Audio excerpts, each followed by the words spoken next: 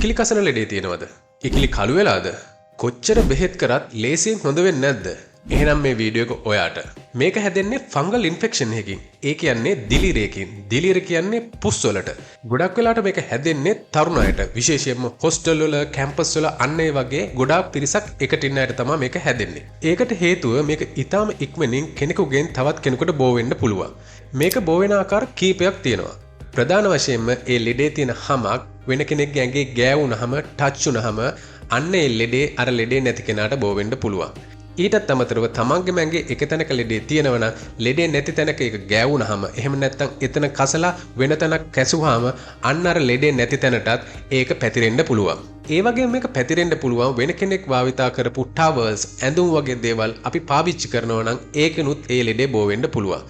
තවත් මේක පැතිරෙන්න පුළුවන් ක්‍රමයක් තමයි පොදු ස්ථානවලින්, විශේෂයෙන්ම බාත්රූම්ස් වලින්. ඊට අමතරව ජිම් එකේ වගේ පොදු ස්ථානවලින්, ජිම් එකේ ඉඳන් ඉන්න ස්ථානයෙන්, ජිම් එකේ අල්ලන භාණ්ඩ වලින් මේක පැතිරෙන්න පුළුවන්. හරි, අපි දැන් බලමු මේක කොහොමද අඳුනගන්නේ කියලා. අපිට කසන ලෙඩ ಜಾති ගොඩාක් තියෙනවා. උදාහරණයක් විදිහට තමයි දද, එහෙම නැත්නම් ඇලර්ජික්. හැබැයි මේකෙදි වෙන්නේ මේක ඊටාම පොඩියට පටන් අරන් ඉක්මනින් පැතිරෙනවා. විශේෂයෙන් මේකේ ධාරේ, ඒ පැතිරෙන ධාරේ ඝනකම් ගතියක් තියෙනවා. ඒ වගේම මැද හරිම සිනිඳු ගතියක් තියෙනවා. සමහර අයගේ ඒකේ හැම ගැලවිලා පොතු විදිහට යන ගතියකුත් තියෙනවා. ඒ වගේම මේක නිතරම කසන්න හිතෙනවා. ගොඩ දෙනෙක්ට තියෙන ප්‍රශ්නයක් තමයි මේකට කොච්චර බෙහෙත් කරත් හොඳ වෙන්නේ නැති එක. ඒකට හේතු කීපයක් තියෙනවා. අපි එකින් එක බලමු මොනවාද හේතු කියලා. පළවෙනි හේතුව තමයි හරි ප්‍රතිකාර ක්‍රමයක් නොකරන එක. ඒ කියන්නේ මේකට වැරදි ප්‍රතිකාර ක්‍රම කරන්න ගොඩක් දෙනෙක් පුරුදු වෙලා ඉන්නවා.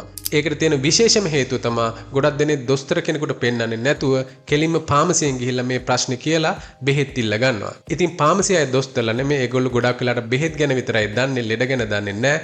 ඉතින් ඒගොල්ලෝ කසන ලෙඩ වලට දෙන බෙහෙත් ඔයගොල්ලොන්ට දෙනවා. මෙතනදී විශේෂයෙන්ම වැරදියට දෙන බෙහෙතක් තමයි දදවලට දෙන බෙහෙත මෙන්න මේ රෝගෙට ගන්න කියලා දෙනවා. අපි දදවලට දෙන බෙහෙතෙන් කරන්නේ දදවල තියෙන ආසාදනය අඩු කරන එක. හැබැයි ඒක මේ ලෙඩේට ගෑවොත් මේ ලෙඩේ ගොඩාක් පැතිරෙනවා, වැඩි වෙනවා. සමහර ඩොක්ටර්ස්ලට මේ ලෙඩේ හරියට අඳුර ගන්න බැරුව ඔන්න ඔය දේම කරනවා.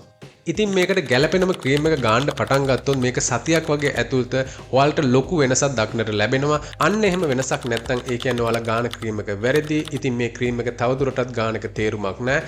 එක්ක ඔයාලා ආයම ડોක්ටර් කෙනෙක්ට පෙන්නලා ඒ ක්‍රීම් එක වෙනස් කරගන්න ඕන. එහෙම නැත්නම් හැම පිළිබඳ විශේෂඥ ડોක්ටර් කෙනෙක්ට පෙන්නන්න.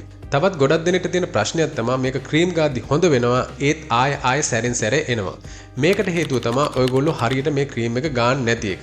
මේ ක්‍රීම් එක අඩුම තරමේ සති 4ක් එක දිගට ගන්න ඕන. මේක මෙහෙම වෙන්නේ ඔයාලා හරි ක්‍රීම් එකක් භාවිතා කරද්දී මේක සතියක් දෙකක් ඇතුළත හොඳටම හොඳ වෙලා යනවා. හැබැයි අන්න එතකොට ඔයගොල්ලෝ මේක පාවිච්චි කරන එක නවත්තනවා. ඒක හොඳ වුණා කියලා හිතුණත් ඒකේ ඇහැට පේන්නේ නැති බෝ වෙන්න පුළුවන් අංශු තාමත් එතන රැඳිලා තියෙනවා.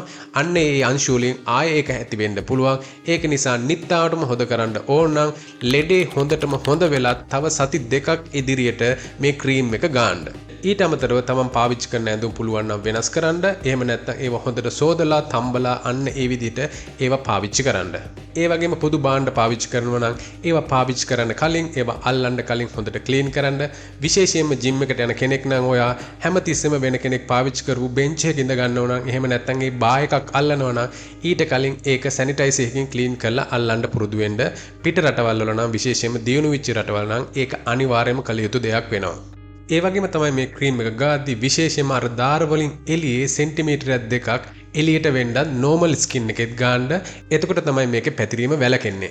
ඔයාලට දැනගැනීම පිණිස මෙන්න මේ නම් වලින් එන බෙහෙත් තමයි, ඒ කියන්නේ ඇන්ටි ෆංගල් ක්‍රීම් තමයි ඔන්න ඔය ලෙඩේට හරියන්නේ.